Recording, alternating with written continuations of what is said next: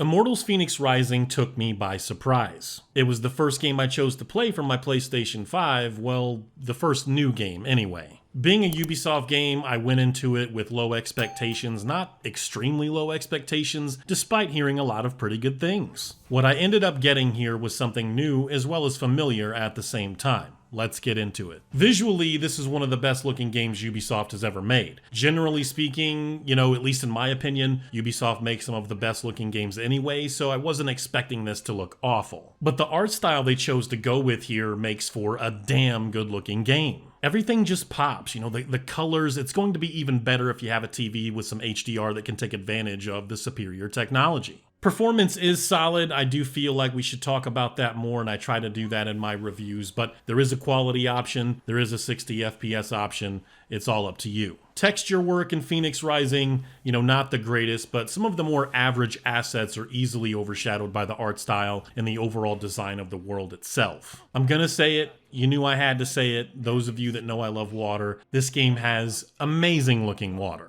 Anywhere there was like a stream or a waterfall of some kind, I spent like an extra minute or two in that area just, taking in the beauty or snapping some shots in photo mode. Particle effects from taking down enemies, the wings Fenyx has on her back, or something simple like picking up some of the resources in the game, it's all really well done. It is not the most technically advanced game that we have on the market. Definitely not in my opinion. I'm sure some of you as well. We have better looking games from both, a realistic gritty type of standpoint as well as, a really cool art style standpoint. And I just think it is pretty to look at. I'd prefer that Ubisoft and other developers try their hand at more games that look similar to this. It is pretty when it's done right.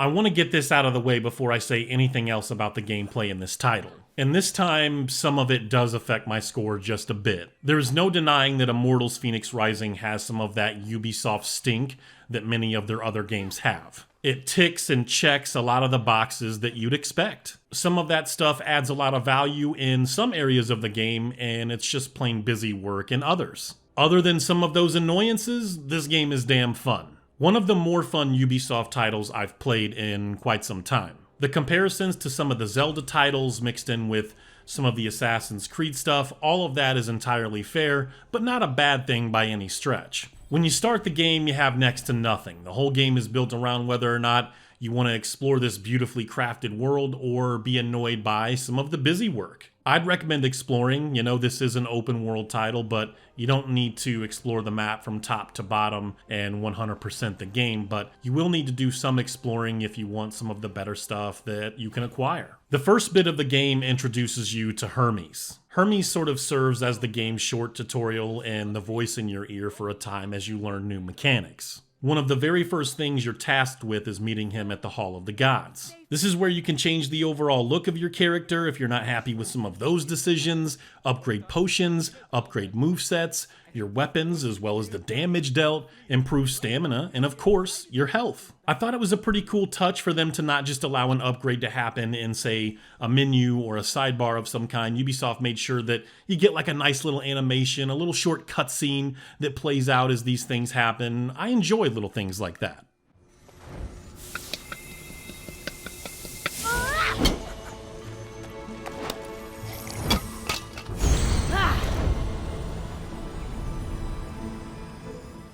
Some of the upgrades are for straight up better damage, where others are quality of life improvements. An example of that would be like picking up resources. When you begin the game, I think you can only pick up 1 or 2 mushrooms or pomegranates at a time. A quality of life upgrade allows you to pick up several of these as long as they're in view of the camera. It's not a perfect system, but a nice quality of life upgrade nonetheless. You'll need these resources to refill your health, stamina meter, or just buff your offense and defense for a short time. The Hall of the Gods is also one of the few truly safe places in the game. As you progress, an area that once had nothing or some friendly wildlife minding their own business may be filled with several enemy types later. The enemy types here are all well designed and also in good quantity, anything from gorgons to harpies and griffins, cyclops to name a few. I expected these to be a little half-assed for whatever reason, but was gladly proven wrong a few hours into the game. When you're facing multiple enemy types, whether it's the more human enemies or something like a harpy, the game can be quite challenging at times. You'll definitely face situations where you'll have 8 to 10 enemy types all at once. Their design, the speed, the moveset, it isn't the only thing that varies. Depending on your progress or area of the map that you're exploring, some of those enemies that prove to be a cakewalk early on may show up and be much more challenging elsewhere. You can easily distinguish what kind of challenge you're about to face by the color of these varying enemy types. This brings me to the protagonist and the combat itself. This area of the game was a little hit or miss for me. There were times where I found the combat a lot of fun, and other times I'm feeling like this is very basic, but it's also good for a first try. The bow, the sword, the axe, and all of the godly powers keep things interesting and make for some very serious combos. I can't lie though, more often than not, I wasn't interested in using much more than the sword. Fenyx Rising allows for dashing away from attacks, countering attacks with some pretty good timing, and some stealth if you should choose. Many developers today, and especially Ubisoft, love having some sort of stealth mechanic in their games. This game could have had zero to do with stealth and been just as good, if not better, although you do some insane damage with a successful stealth attack on enemies.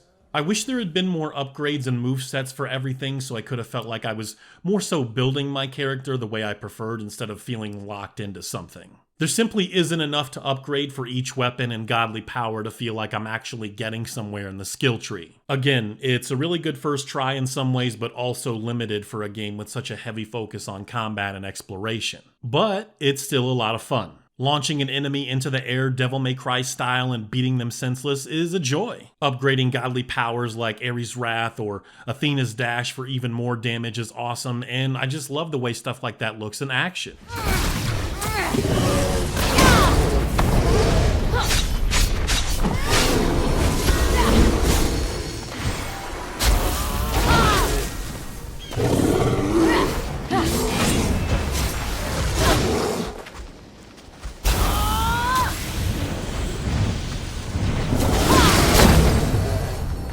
You can be exploring, you can be in combat with one of the enemy types, and then out of nowhere, at random, you'll enter these wraith zones where these elite enemy mini-boss types will appear and put up quite the challenge. A couple of these are no joke, so if you're low level, you haven't progressed much into the game, you're gonna struggle a little bit. They're not very frequent, so no worries, but again, just random, and you should be aware. I don't want to scare anyone from playing what is otherwise a really fun game. Blessings. We should talk about blessings just a little bit. These are passive upgrades you receive from the gods as you progress through the game's main story. For every god that you help, they'll give you a new blessing. The more you help, the more blessings you receive. Some of that help is your typical fetch quest type of formula where you'll be sent to an area, you'll defeat some enemies, and then return back to the quest giver. Others are a lot more elaborate and contain all of that stuff and possibly even a puzzle or two, which is where I can understand how the Zelda comparisons come into play. A handful of these feel very Zelda-like in nature, and they're not very complex. I think the average gamer will be able to figure most of the puzzles out in a matter of minutes. The main story isn't the only place you'll find these puzzles. Some of the better items and cosmetics are only unlocked by doing these puzzles, so it further encourages the exploration and challenging yourself aspect of the game. Every possible item, every possible cosmetic, and every possible upgrade isn't needed to beat the game, but will certainly help along the way. I really have to talk to you guys about the climbing in this review because I think it hurt the experience a bit for me, especially in the early going.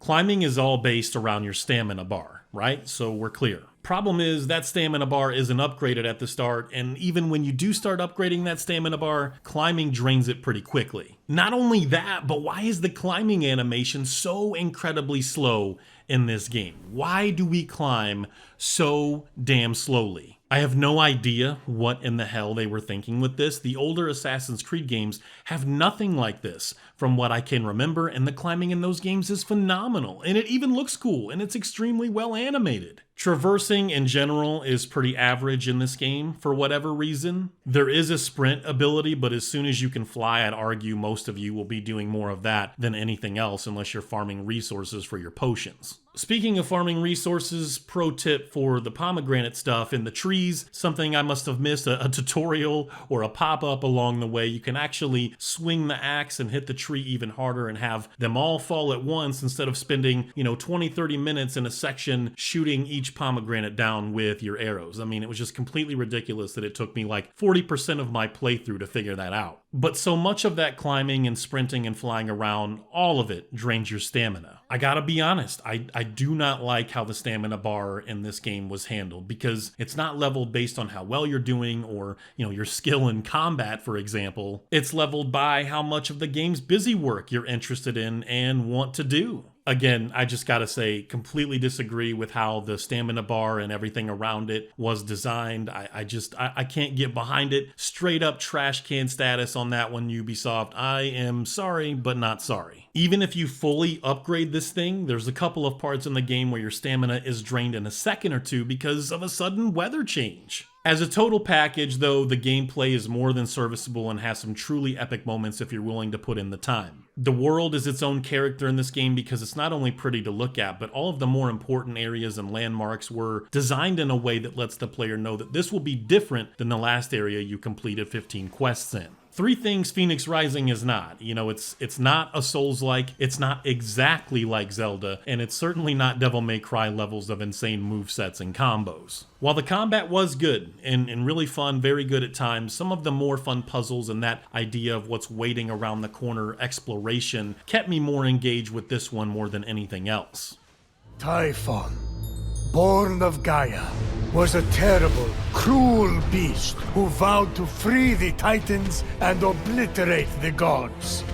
He challenged Zeus for the rule of the cosmos. Fortunately, Typhon was defeated. The story in Immortals Fenyx Rising never really takes itself that seriously, and far from the reason I think most will see it through. Still, I greatly enjoyed the humor of it, considering the dire circumstances the game puts you in. What's dire about these circumstances? Well, this big evil character Typhon has escaped, and the gods are now relying on you, Fenyx, to bring them back their true essence in an effort to stop him. That's more or less what you're getting here. I mean, there's not a lot of moving parts to this game. There's not, just insane amounts of plot that I need to go over. Don't get me wrong. The banter between Prometheus and Zeus and how they perceive this story as it plays out, it's a lot of fun. And I genuinely laughed out loud a couple of times. I think it was mostly due to their accents and how they wanted to portray these characters, but also a tribute to the voice actors themselves. Though there is a lot of humor with this right up until the very end and the game doesn't take itself all that seriously, it's somewhat well written for the type of game that it is, and it has some true moments of joy and heartbreak. Athena was far and away my favorite character in the entire game. The voice acting, her quests,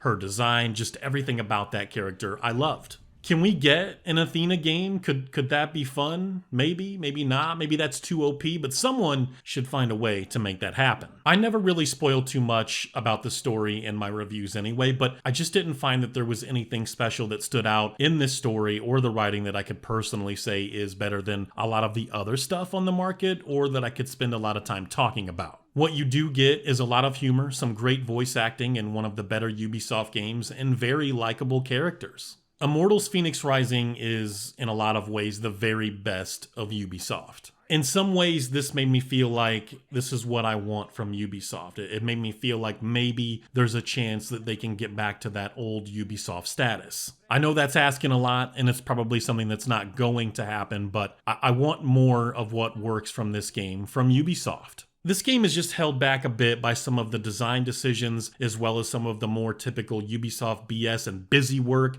that plagues nearly all of their more popular IPs at this point. But I would love for them to move forward with a lot of the things that actually worked in this game. Improve upon that, maybe make something that's a little more linear and a lot more focused. I think with what they have here, the formula they have here, it would work so much better as a game. The puzzles work, but in my opinion, there needs to be less of them. It's either make less of them or make them all more fun. The story works for being simple. It just needs to be a little less cookie cutter and continue with that great humor. The combat works and it works really well at times, but I just feel like it needs to be a little more fleshed out with more character and overall weapon upgrades and less of a focus on stamina. The world is big and it's beautiful, don't get me wrong, but again, it's often filled with a lot of that Ubisoft filler content that usually isn't all that compelling. Not everything, but some things. I would absolutely love a sequel to Immortals Fenyx Rising because I think Ubisoft may have something special here. I don't think I can give this anything higher than an 8. I think it's very deserving of that. I think a lot of people will end up putting a game like this down and it'll play more like a